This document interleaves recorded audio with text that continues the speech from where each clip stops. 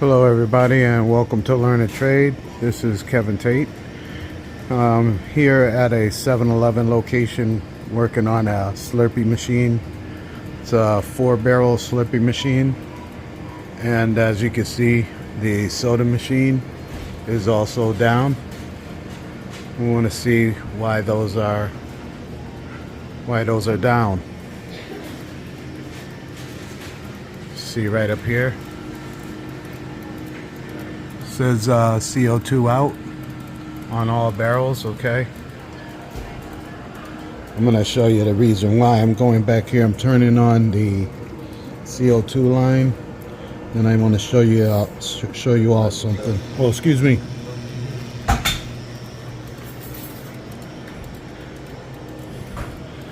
Okay, so we have the CO2 back on. I'm gonna see if I can do a quick fill, just to, and that's because of the error. Give me 1 second. Okay, I just had to set the unit. Just gonna go here. Okay, that barrel is filling. And right here, this water pump is was leaking when I came in. Right now it has stopped leaking but I could feel it a little bit. You could just kind of touch on the vent valve, but I had CO2 just pouring out of here. So I'm gonna replace that water pump. I'm gonna replace that water pump because it was leaking a lot earlier. And as you can see up here in the back room, on top of the CO2 bulk tank, you can see it's all frozen. It's all freezing. It's freezing up right along there because of the leak. So usually if you have a leak, you can go ahead and identify the line that's going to your rack. Okay, it's going to your soda Slurpee racks, and then shut off the valve, and then you can be able to take a look at your gauge, and you will see the gauge start climbing down if you have a leak. Okay, so right now it's steady, but like I said, when I came in here, it was just pouring out of there. So I'm gonna go ahead and replace that water pump and then get it back up and running. Then we'll go from there. But I just wanted to share this with you all to show you what happens when there is a leak on these systems, because sometimes they're hard to find. A lot of times I got lucky coming in here because I could hear it as soon as I walked in the door. I could hear it, and then I went straight to that 4-barrel, and sure enough, that water pump was leaking. But sometimes it's not that easy, and you'll have to come over to the racks and check out all of your pumps. You may be able to spray them down with bubbles, and usually that's what I'll use. I'll use bubbles, spray them all down, spray down all of the regulators right there, like over here. You know, you check your regulators, check your pumps, spray them down, see if you get any signs of a CO2 leaking out. You even spray on top of the tank. Sometimes you'll get small leaks coming out of these fittings. You know, sometimes these fittings, like right here, come loose, stuff like that. Spray down everything, and then you know, to be able to identify your leak. So what I'm going to do now is I'm going to go ahead and change out that pump, and then we'll see how it does from there.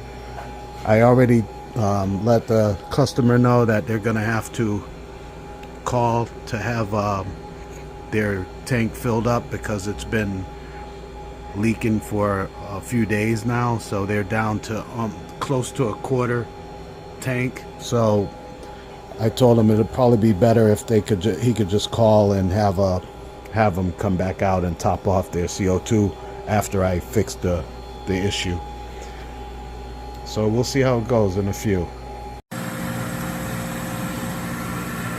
So right here, I'm just going to shut down all of my barrels. These are all down. Get those all shut down.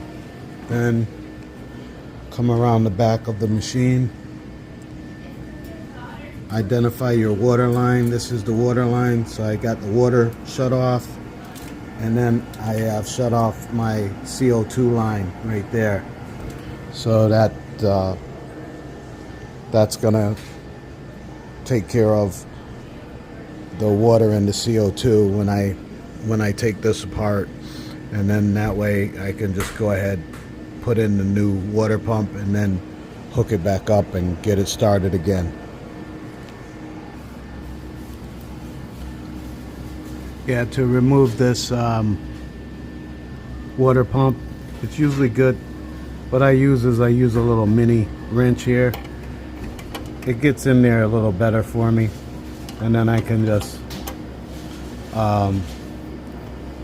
loosen up the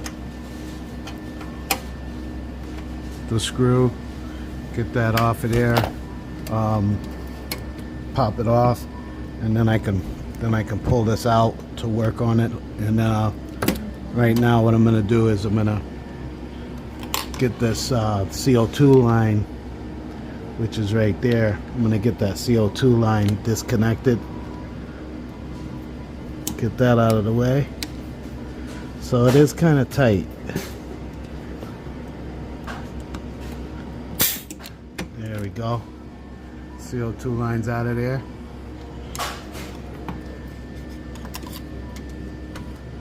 And then you see these screws right here. There's 4 of them. There's 2 up top, 2 on the bottom. You have to undo those. So what I'm going to do is I'm going to disconnect my water lines. I got the inlet water line right here. Got the outlet water line right here. I'm going to disconnect those and then remove the water pump, and then I can disconnect the pump from the bracket and then use this bracket for the new pump. Okay, I got the new pump. I got the old pump out. This is your inlet, your water inlet line. Okay, right here is your water inlet. Right here is your water outlet. I put a little rag underneath to catch any water that drips out. And then right here is that CO2 line. Right there. This is the old water pump. This is the new one. There's the part number right there for those who want to take it down. Hopefully you can make it out. And I'm going to get ready to switch this over and then put the new one in.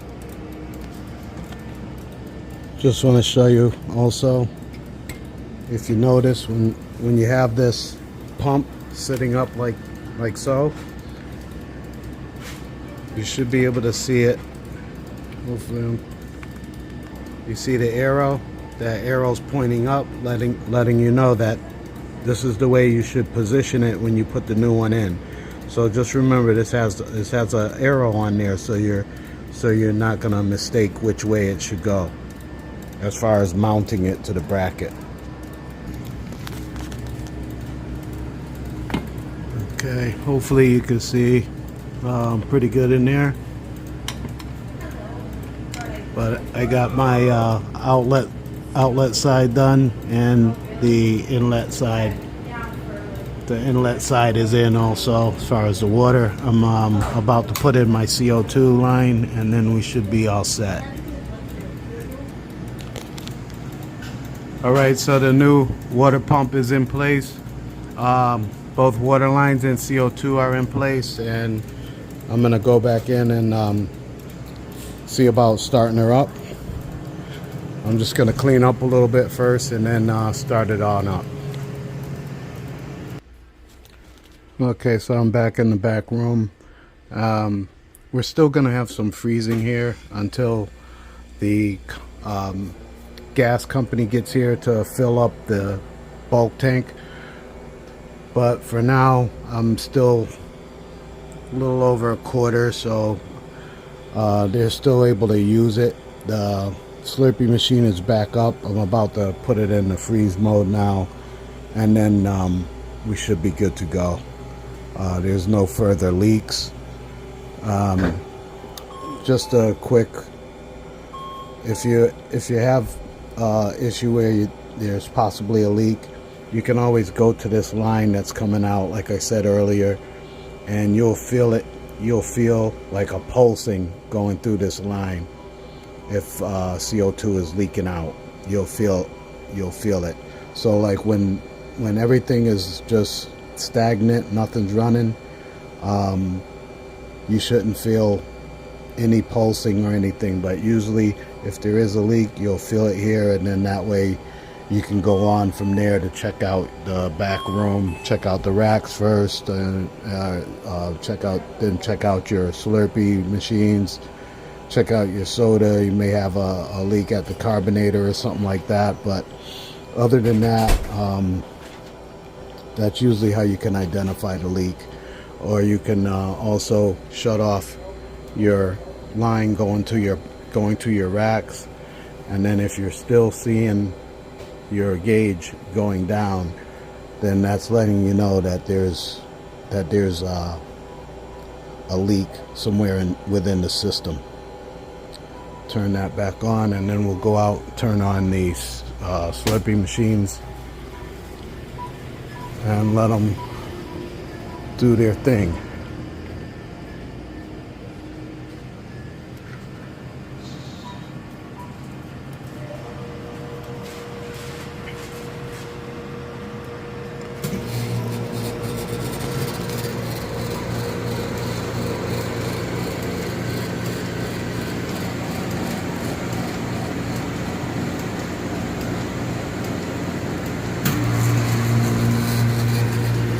Now I'm just going to go over here and purge these soda lines, because if the CO2 was leaking out, the soda probably went down also. So I'm just going to purge some from each flavor, so I hear that carbonator kick on.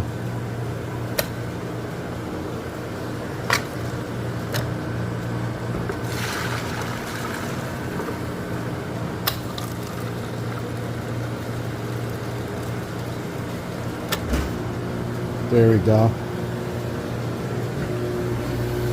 You can hear that carbonator back there kicked on, and then the carbonator should cycle and shut off in a few moments. But it's probably been off for a while because of the CO2 leak. There we go. So you just heard it just cycled off. So I'm gonna go ahead and dispense some more product to allow the CO2 to correct itself there.